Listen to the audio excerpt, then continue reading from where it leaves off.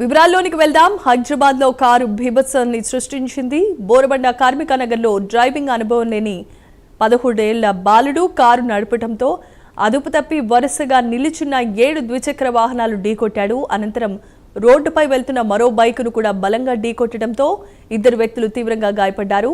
ప్రమాదం జరిగిన వెంటనే స్థానికులు గాయపడిన వారిని ఆసుపత్రికి తరలించారు. ఒకరిని మాక్స్ ఎయిడ్ ఆసుపత్రికి, మరొకరిని స్టార్ ఆసుపత్రికి తరలించి చికిత్స అందిస్తున్నారు.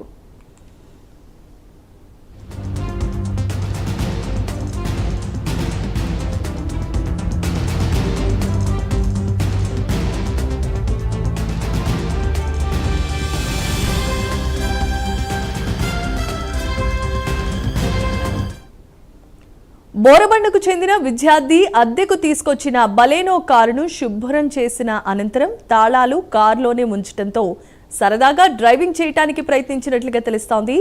డ్రైవింగ్ పై ఎలాంటి అనుభవం లేకపోవడంతో కారు ఒక్కసారిగా అదుపు తప్పి రోడ్డుపై బీభత్సాన్ని సృష్టించింది. ఈ ప్రమాదంలో 7 ద్విచక్ర వాహనాలు పూర్తిగా ధ్వంసం కాగా తీవ్రంగా గాయపడిన రాజ్ కుమార్, ప్రభాకర్ అనే సోదరులు ఒకే బైక్ పై చర్చికి వెళ్తూ ఉన్న క్రమంలో ఈ ప్రమాదం జరిగింది.